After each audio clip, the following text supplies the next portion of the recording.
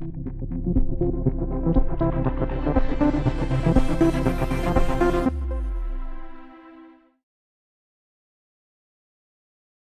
is Chris Callett with musegrid.com, and this is a special extended edition of a tutorial. We've been having a lot of requests to help you guys to show you how to use images effectively in your designs, and that comes with either just putting images onto pages, including them in text, or looking at the entire usage of images within Adobe Muse. So let's kickstart this tutorial and take a look at some basics to start off with. So here we've got just a blank page. What we've done is we've switched the master to have nothing in it and put all of our header and footer to 0. So we've just got this nice blank page. Nothing special, just giving us a blank page. So the first thing we're going to do is we're going to pull some images in. So we can do that in a couple of different ways. First of all, we can just drag an image from our desktop or from a folder and place it on the page. That's one way we could do it. We could do File, Place, and we could choose that same image and bring it in on the page as well. So that's two ways of doing it. Now, Muse supports PSD files, or at least the import of PSD files, so Photoshop files. And it also works cleverly with the layers in a Photoshop file. So I've prepared this Photoshop file here, and you can see that it's got 3 layers. You can see the 3 layers there, and so these 3 layers that we have here. So once we bring this into Muse, you'll see what happens. First of all, if I drag it from the desktop into my site, what it does is it brings in just the top visible layer. Okay, so kind of like a composite of the entire Photoshop file. So let's just remove that again. Let's change one of these layers so that we've got a bit of the orange there showing, and let's save that again. File, save. So now if we bring that in again, you see it's bringing in the composite of all the layers there. Well, that's when we drag and drop it in place. Okay, now I'm just going to reset this and press save. Now if we use the place command, so that's under File and then Place, watch what happens now. We choose the same PSD file, click open, and we now get this new dialog. So do we want to import the composite image, which is what happened when we dragged it off the desktop into the file, or do we want to import one of the layers? And this is a really useful feature because you can build your website designs in Photoshop and then bring them in layer by layer into Muse, which is very, very useful. And what it does as well, and I'll show you in a minute, it keeps the connection with the PSD file so you can modify it. So what we're going to do, we're going to click on Import Layer, and you'll see all our layers are now available to us. And it's also important to use the clip to layer contents. So let's say, for instance, you had a big Photoshop file and the part of the image that you wanted to bring in as a layer was just say 100 pixels by 100 pixels. Now if you didn't click the clip to layer content, what would happen is it would bring in that one layer, but it would bring it in with all of the surrounding space around it. So if it was an image that was 600 by 500, the actual image size would be 600 by 500, but the graphic would still only be 100 pixels by 100 pixels. If you use the clip to layer and the image is 100 pixels by 100 pixels, that particular layer, it will keep it to that size. Okay, so we're going to click on the clip to layers here, and we can see that's that layer. Let's bring in another layer with the place command. So I'm going to choose that file again, and I'm going to choose layer 2, and then lastly let's pull in that last layer, layer 3. Oh, I should have clicked company. There we go. Okay, so we've got our 3 layers in here, and we've also got that layer that we dragged in here initially. Now, if I right click on any of these layers, I can do Edit Original. Now, seeing as this is a PSD file, when I click on Edit Original, it'll take me back to Photoshop. So now if I put in some text, I'm just going to type on here edited. Okay, let me just square that up, and then I'm going to merge it with that layer, because remember we're bringing in one layer at a time here, so I'm going to merge those two layers. And now press save.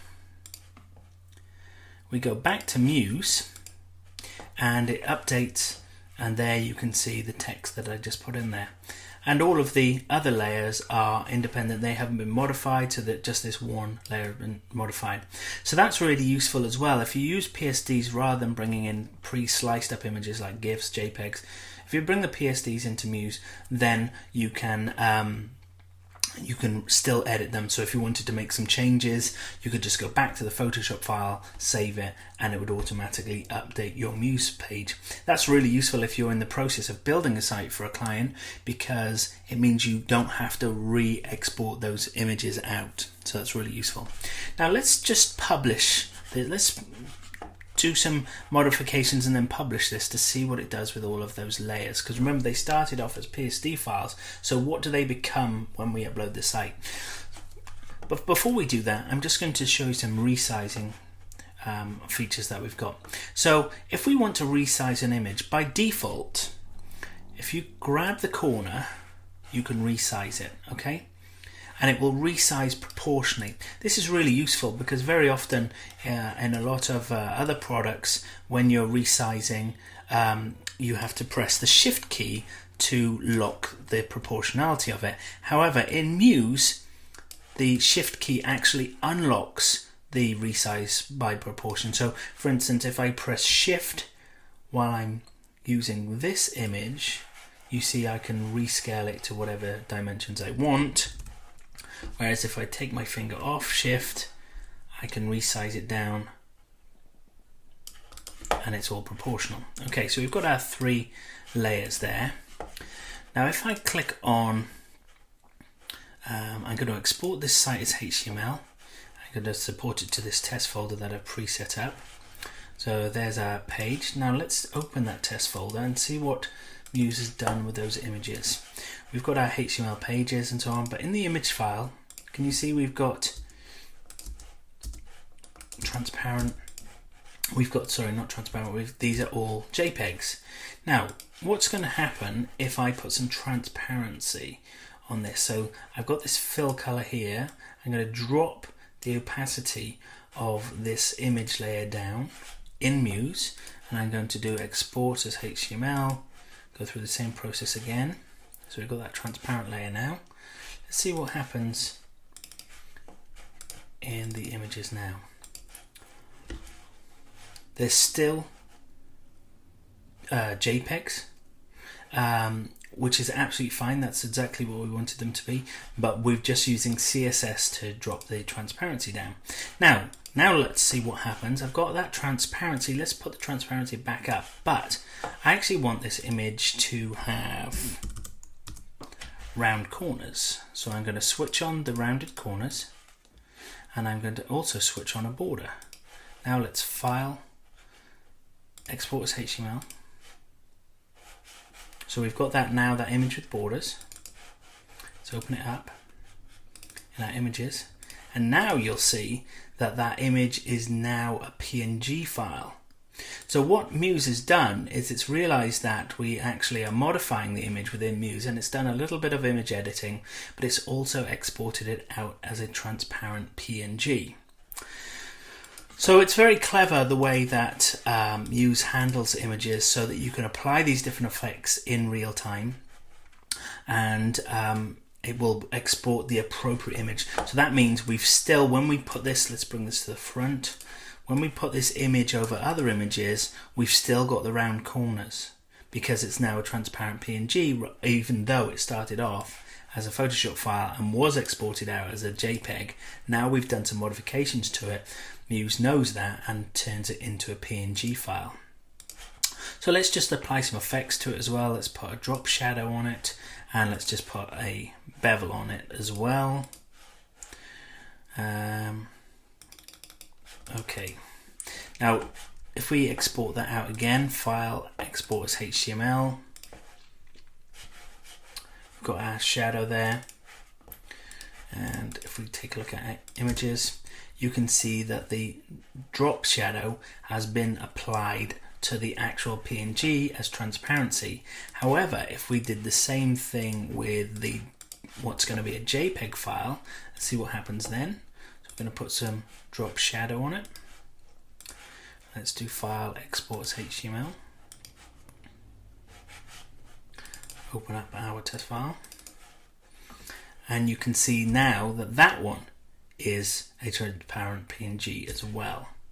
So it's really useful to know how this all works so that you understand what you can actually do to this. Now, interestingly now, if we switch the effects off, so we're going to switch everything off that we've applied,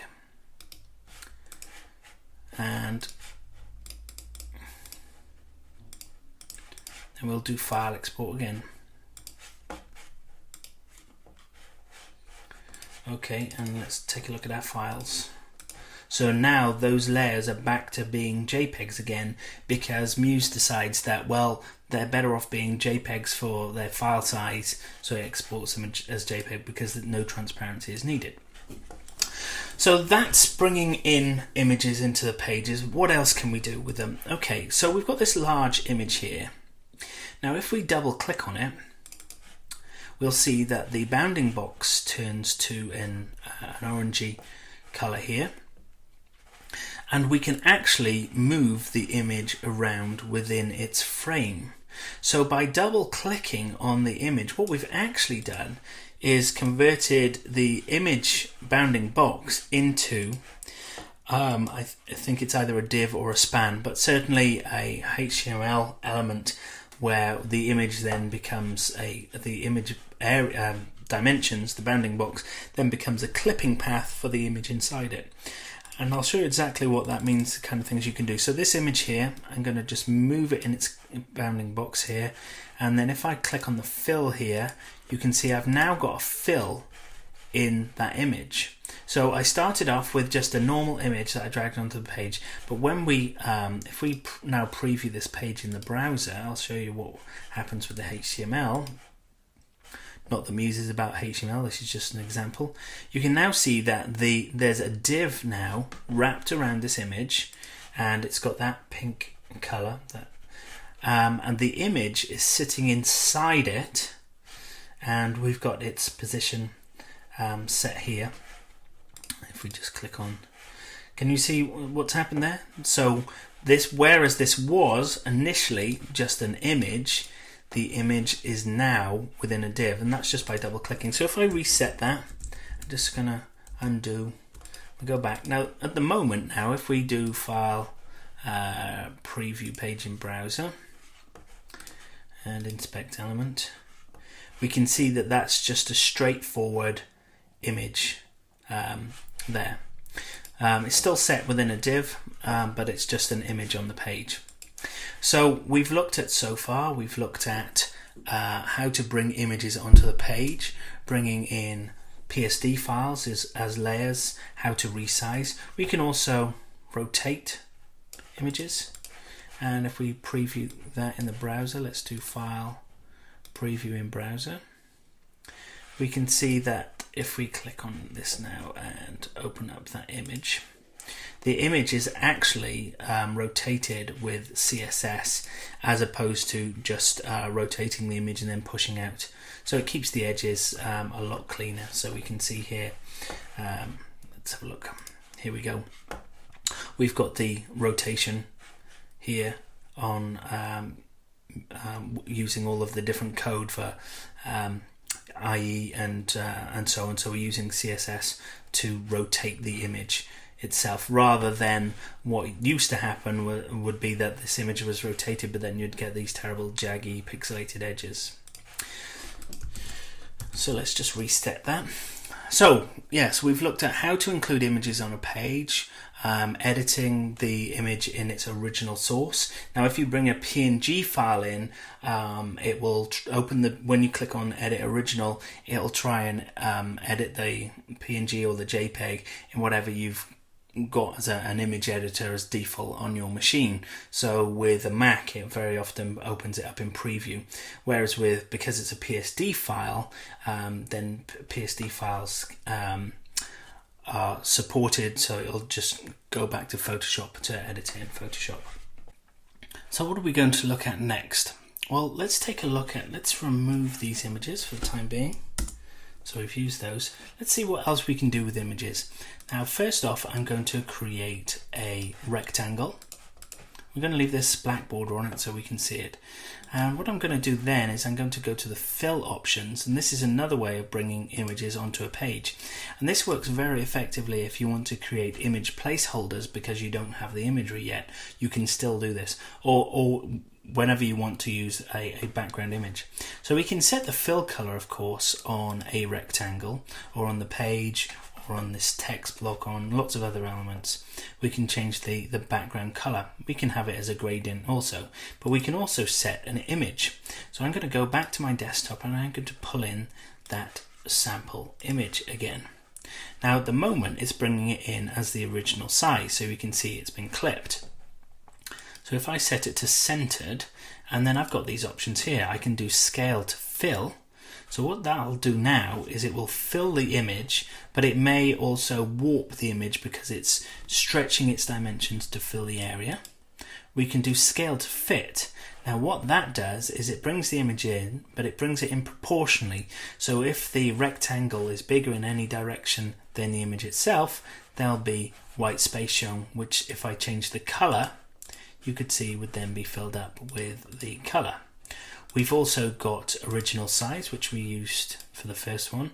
We've got tile. Now that will work only if the area is bigger than the image. You won't see it. So you can see there, we've got the tiled image there. So that's full tiling, that's horizontal and vertical. Or we can just use horizontal tiling or just vertical tiling. And we can also set where that image tiling starts. And we can also do that on the scale to fit and scale to fill. So if we do the scale to fit, we can set that it starts in the corner. So that's useful when you're building your pages if you want to use image backgrounds. Let's just resize this a minute. We got this set to scale to fill. I'm going to remove that fill by hitting the little garbage, and then we're back to 0. But you can actually combine fills, background fills, with images. So I'm going to show you this now. Let's imagine that this is a header area. I'm going to choose this color. I'm going to choose a nice bright yellow, quite a hideous color for our website, but let's just use it for illustration purposes. And then I'm going to click on my fill, and now I'm going to choose a transparent fill, PNG. So we've brought that in. Let's have a look. That's the correct one, isn't it? Yes. So we've brought that fill in there. Let's. I think that's correct. There we go. And you can see that what this fill color is doing is bringing in a transparent PNG, so we create a texture on the top of the color. Now currently that fill is set to scale to fit, so once the image has met its bounds, then it stops growing any larger. But what we want to actually do is tile that. So we're going to do, rather than scale to fit or original size, we're going to choose tile. And now that image is tiled across. Again, you can set where the starting point for that image is, which is useful if you're using a background that you want to be centered. But notice what happens now. If I go to File, Preview Page in Browser, this background now scales with the page because we're using the full width rectangle. But we've got this nice texture, so you can get those really nice textured backgrounds that you've seen on other websites just using a background color and a fill. Now with fill you don't have gradient as well, so you can only use a background color and the image, or you can use a gradient. You can't use both. But if you did want to use a gradient, if we just replicate this item here, I'm going to go to fill and set it to transparent so we can see our texture there. And then on the fill in here, I'm going to switch that off, switch to gradient, and then I'm going to choose, let's go from a red to an orange, nice fire colors, and then I can bring that over the top. And then if I preview this in the browser, we've still got the same effect. If I can grab my browser here, we've still got the same effect, but we've done it in 2 layers instead. So that's how you can get round if you want a gradient with a textured cover over the top. So what's the last thing that we're going to take a look at now? Let me just get rid of this browser fill here. That's why it wasn't showing up earlier. Fill here, there we go. So the next thing that we're going to look at, and the last thing in this particular tutorial, is using images within text areas. So we've got this rectangle here that's got a lot of text in it, and we could do this in two ways. First of all, I'm going to drag an image off the desktop and place it into the page. I'm going to resize it. Now once it's resized, I'm going to edit and copy or cut, or if you want to use the shortcut commands, Command X to cut, and then I'm going to double click into my text block here, and I'm going to choose where I want the image to start. So in this particular case, I'm choosing right at the beginning of the text area, and then I'm going to paste it in. Now as you can see, it's been pasted in the area here, but it's not how I want it to look at the moment, and that's where the wrap panel comes in. So if I select the image, my wrap panel becomes active, and currently you can see that the position is set to be in line with the text. Now that's useful. If I bring this down, if I cut that out of there, and let's say put this image here, what's useful with that is that the image will move down with my content. Or if I choose then, if I select that image again and I choose the wrapping option to be left aligned, let me just cut that out of there and put it back at the beginning here. Let's take that carriage return out. So I'm going to choose my wrap options here now, and I'm going to choose it to be left aligned. Now my text will flow around the image, and I can now set the offsets that I want the image to create spacing around the text. So on this wrap panel here, you can see that I can dial up a new space between the image, and I'm also going to drop it down a bit to be in line with the text there. So I'm just going to create a space above it to put it in line with the text. Let's say that's 2. And we can see now that we've got a nicely spaced image. Let's make it more obvious. Let's put that to 30, and we'll put below it to 30 as well. Or let's put 30 all around.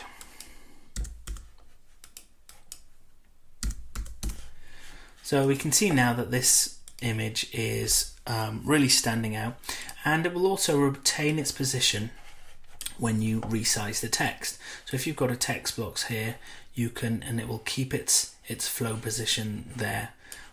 So let's switch it to a right position, and that all works great. Now the other thing that you could do, so let's say for instance you've got a scenario, you've got your text content there, you're waiting for a choice of image, but you want to get the layout. Well, the great thing you can do now is you can just create a rectangle for the dimensions that you expect the image to be. If you wanted to put some a background color on it, just so that it's, you know that is an image. Let's just change this to be dark grey, just so that it looks a bit like a kind of a holding image. And we're going to do exactly the same as we did with the image. I'm going to cut it out I'm going to put it into my text here, and now I'm going to use my wrapping tool, set it to left aligned, and I'm going to click on the link button and set that to be 30.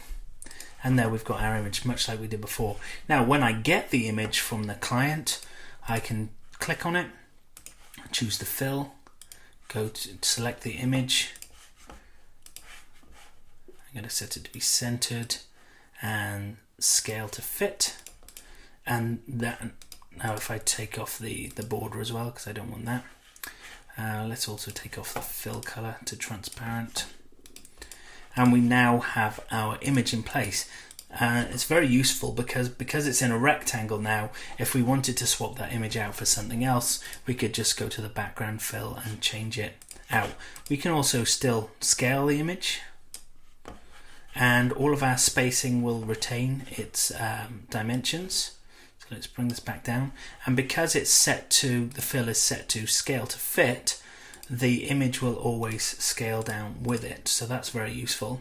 Let's see what happens when we actually publish it. So if we click on preview page in browser, and if we click on inspect element, we can see now that this is a span, this image, and it's got all its settings. But notice in the CSS here, this image is now set and has been rewritten by Muse, so it's given it its own name, and has been used as a transparent, as a background image in the CSS. So if I open that link in a new tab, you'll see that it's actually resized the image as well to match the scale. So each image that you do that with, it will export that image out as an image to its dimensions. So that's, if we just want to cover what we've looked at placing images on the pages, the different things you can do with images, the different types of images you can either pull them onto the page, transparent PNGs, JPEGs, GIFs. You can use PSD files and bring in layers or composites and clip to the actual layer itself. We've seen how to resize images, what happens when we change the images with different transparency or radius or border effects. We've also put images as background fills in rectangles, and we've also used images within text so that the text flows around the image, and use rectangles with background images to allow the text to reflow that. So if we just need a placeholder for the current time, then we can always replace those images out at a later date. Now, one last thing that I wanted to show you as well, and it's probably underused by everybody, including myself. If we place an image on the page here, and we right click again on that image, we get edit image properties. Now from an SEO point of view, this is very important. So we've got our alt text options here, and we can do that on every single image. So they're really useful there, and something that I think web designers in general don't do enough of. We don't put alt tags on all our images when we should do, but that's how you do it. So hopefully that's given you a really good detailed view of how to use images correctly, how to put them within text flow, how to wrap, how to use PSDs, and we hope that you found this tutorial useful, and we look forward to seeing what you build. Remember to take a look at musegrid.com. We release a new template every Monday. We have new widgets going on all the time, or follow us on Facebook, and we look forward to speaking with you soon. Thanks for watching.